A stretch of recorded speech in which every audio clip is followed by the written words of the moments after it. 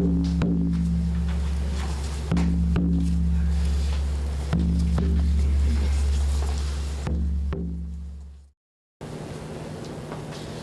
think we're on about number 7. Anybody get hurt with that? Did that go all right? Love and power, love and power. The next one is, I believe an adult initiated man has a sacred relationship with being curious and reverent. Try this one on too. I think it's the ideal qualities to have, not only with our mates, but when I sit with a client. If I can greet them with curiosity and reverence, it gives them a space to discover who they came to Earth to be. Okay? If I just have curiosity, the person starts to feel questioned. Like it starts to feel like they're up against the wall. And if I just have reverence, we may be having a lovely time, but we don't know what we're doing. But if I have curiosity and reverence, that seems to take us somewhere. So I would offer that too. And again, the wounded boy man, he's not curious about anybody but himself. Okay? And he certainly hasn't learned about reverence yet. Next quality, community.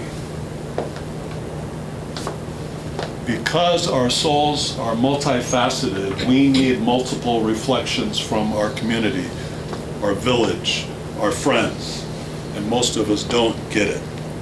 We need these multiple reflections coming back because there's many parts of our soul that we don't even know about. And we need our friends, we need our family, we need our community to tell us what they see. And so community is vital, and it's our birthright. And we've gotten very disconnected from our community, from our village. And this is something that has been an absolute passion of mine. All of my adult life is to try to bring back more of a sense of community and village. And it also has its disappointments. I'm going through a big disappointment right now with my community that I live in Ojai. I won't go into the details, but I'm going through a lot of burning up a lot of my own idealization around what I have felt community should provide. So it doesn't cure everything or solve everything, but it makes the field bigger than just living as an individual. And not only an individual, but in America, you got to be a rugged individual. And we have pride around that, don't we? We have pride around being self-reliant and independent, and I don't need anybody. If I had to pick one quality amongst men that is the hardest one to break open, it's the inability to ask for help. I'm not sure women are that much better at it, although I think you guys are better at it. But we men are really bad at that. And so to have friends and to have a friend tell us, instead of waiting for somebody to call us, go over and sit with them. I tell my men this all the time, and it's a tough one to reach out for help. So community is essential to have these 5 interweaving souls that I brought into the room at the beginning of the talk. And this article that I had at the front of the room that I have here, one of the first things you're taught when you speak in front of a group is to not hand things out, because then they look at that instead of you. So I'm not going to do that. But it is here for after the talk. And in this article, it came from the Globe magazine, by the way, just this March.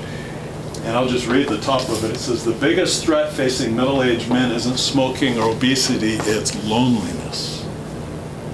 So we have now become probably the highest risk country in the world for heart disease. And this particular article points to that it's now higher than smoking or obesity, it's loneliness. And what's really interesting is the journalist that wrote this couldn't see it in himself, and he began to see that he hadn't really contacted friends in years. So this isn't like some little old guy locked in a garret that is single and alcoholic, they might be on the list too, but predominantly who's on the list here are middle-aged married men that have children that are dedicated to their families, and their friends start to fall off, and they're lonely. They're lonely. So I'm very happy because this article is like the best reason for men to join a men's group. And one of my intentions here today is to start a new men's circle here in this town, in this building. And I'll be passing around a notebook because I really want to get a new men's group started here. I have one going that's been going for 10 years in Ojai, and I'm going to step out and I want to really get one thriving here in Ventura. And so this article is shocking and revelatory. Anybody shocked by this, or does this make sense to you? That the highest factor now for heart disease, more than smoking, more than obesity, is loneliness.